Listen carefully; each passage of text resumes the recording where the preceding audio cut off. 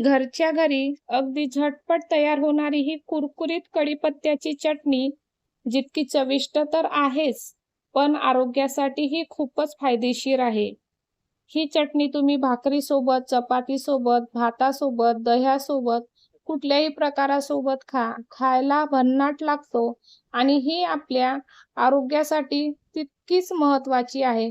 चला तर मग अशी ही बहुगुणी कढीपत्त्याची चटणी कशी करायची ते बघूया. तर यासाठी इथं मी भरपूर प्रमाणात असा कढीपत्ता घेतला. कढीपत्ता स्वच्छ धुवून घ्यायचं आणि पाणी निथळण्यासाठी एखाद्या चाळणीमध्ये आपल्याला साईडला ठेवायचं आहे. नंतर लगेचच कढई गरम करूया. सोबतच तिथं अगदी 2 चम्मच मी फक्त तेल घातलेलं आहे आणि त्या तेलामध्ये आपल्याला अगदी फुटाण्याची सर्वात आधी डाळ भाजायची आहे. तर इथं मी जवळपास अर्धा वाटीपेक्षा कमी फुटाण्याची डाळ घेतली आहे आणि आपल्याला ही डाळ अगदी खमंग खरपूस वास सुटेपर्यंत मंद आचेवर भाजायची आहे.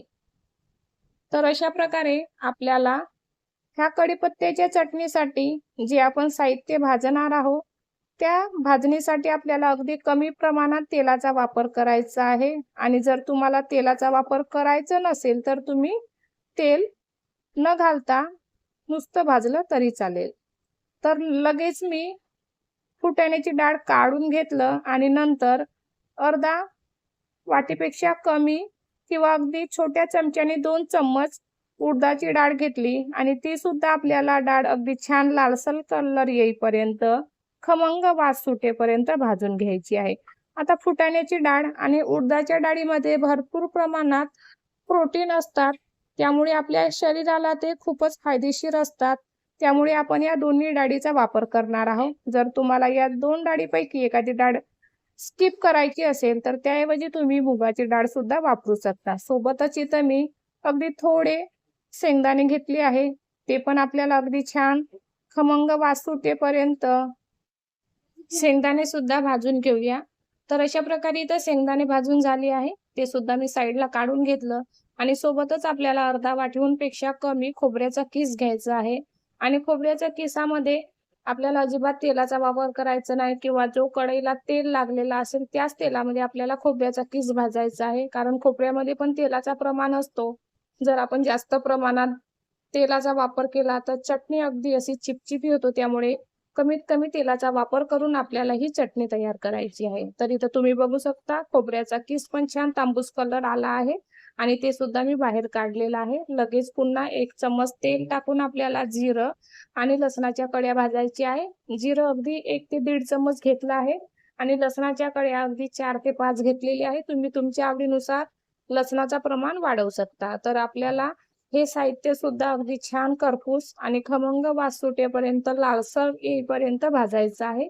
तर अशा प्रकारे इथं जिऱ्याचा पण कलर छान बदललेला आहे आणि लसण पण छान भाजलेलं आहे. तर हे सुद्धा मी साहित्य बाहेर काढून घेतलं. तर अशा प्रकारे लगेचच अगदी अर्धा चम्मच तेल घालून मी पुन्हा आपण जो साईडला ठेवलेला कढीपत्ता आहे तो सुद्धा भाजून घेऊया आणि हा कढीपत्ता आपल्याला अगदी छान मंद आचेवर अगदी कुरकुरीत होईपर्यंत छान खमंग वास सुटेपर्यंत भाजायचं आहे. आता कढीपत्त्यामध्ये भरपूर प्रमाणात आयर्न आणि कॅल्शियम असतात आणि हे आपल्या त्वचेसाठी, आपल्या पचनासाठी किंवा आपल्या केसासाठी खूपच असे फायदेशीर असतात. त्यामुळे आपल्याला या चटणीचा आपल्या रोजच्या दिनचर्यामध्ये, आपल्या जेवणामध्ये अगदी 1 चम्मच तरी या चटणीचं आपण सेवन केलं पाहिजे. त्यामुळे आपल्याला खूपच असा फायदा होतो आणि ही चटणी खूपच अशी बहुगुणी ठरतो. तर इथं आपण हे कुरकुरीत होईपर्यंत कढीपत्ता भाजून घेतला आणि साईडला काढला. आता इथं सर्व साहित्य भाजून झालेलं आहे आणि पूर्णपणे थंड झालेलं आहे. तुम्ही बघू शकता अगदी कढीपत्ता अगदी मस्त असा कुरकुरीत होईपर्यंत आपल्याला भाजायचा आहे. तर अशा प्रकारे इथं सर्व साहित्य आपण मिक्सरला बारीक करून घेऊया. तर इथं आपण चटणीचे सर्व साहित्य मिक्सरला बारीक करताना एक गोष्ट लक्षात ठेवायची, आपल्याला खूप जास्त प्रमाणात बारीक न करता अगदी रवाळ स्वरूपात आपल्याला हे बारीक करायचं आहे. खूप जास्त असं बारीक प्रमाणात जर तुम्ही बारीक केलं तर ते खायला चटणी अजिबात चांगली लागत नाही.